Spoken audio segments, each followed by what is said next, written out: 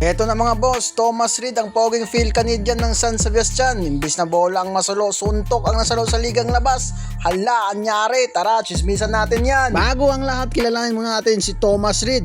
Isa siyang mahusay na Filipino-Canadian hooper. Mula sa Letran, lumipat siya sa San Sebastian Stags sa NCAA para ipakita ang kanyang galing.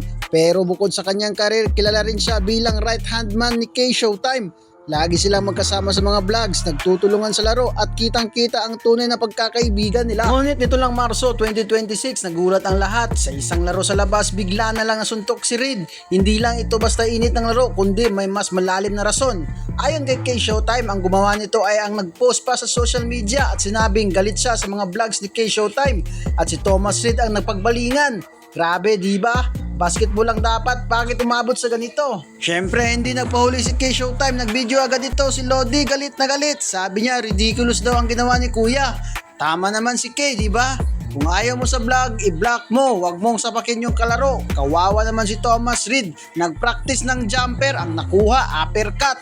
Di na baling talo sa raw, wag lang talo sa gulo. Syempre, hindi mawawala ang mga matatalas na dila ng mga Pinoy netizen. Ito ang ilan sa mga top comments na talaga namang mapapa-facepalm ka na lang. Kung kayo ang nasa lugar ni Thomas Reid, manununtok din ba kayo pabalik o lalaro na lang ng malinis? Isulat ang inyong suntok hinahing sa comment section at kung gusto nyo pang masundan ang kwentong ito, huwag kalimutan mag-subscribe at i-hit ang bell icon para laging updated sa aking channel. Pass break. Maraming salamat po.